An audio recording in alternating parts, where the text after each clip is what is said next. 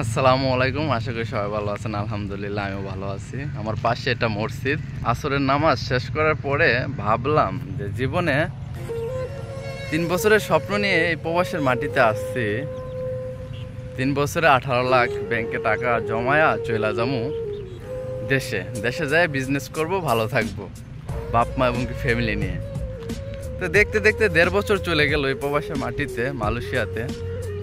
এখন হিসাব মিলে দেখলাম যে আমি যে স্বপ্ন নিয়ে এই প্রবাসের মাটিতে আসছি 3 বছরে 18 লাখের, 1.5 বছরে দেখি আমার এখনো জিরো ব্যালেন্স।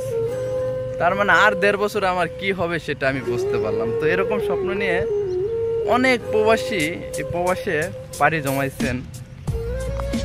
হয়তোবা আমার মতো অনেকেই এখন চিন্তা ভাবনা করে দেখতেছেন দিন শেষে শূন্য পকেট, জিরো ব্যালেন্স, ব্যাংকে 2 টাকা নাই।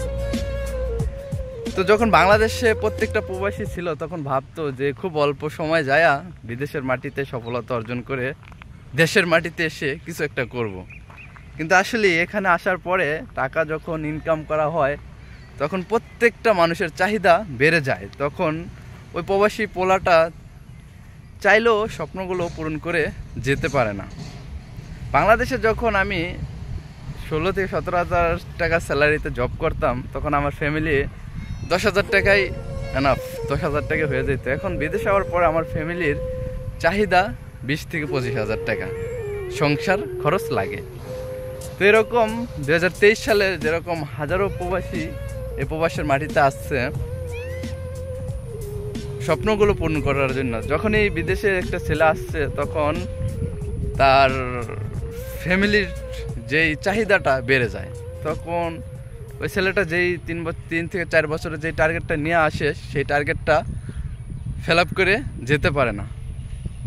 তাই সকল প্রবাসীর উদ্দেশ্যে আমার ভিডিওগুলো এবং কি সকল প্রবাসীর উদ্দেশ্যে আজকের ভিডিওটা, আপনারা নিজে চেষ্টা করবেন সেভিং অ্যাকাউন্ট রাখার জন্য এবং কি ডিপিএস রাখার জন্য।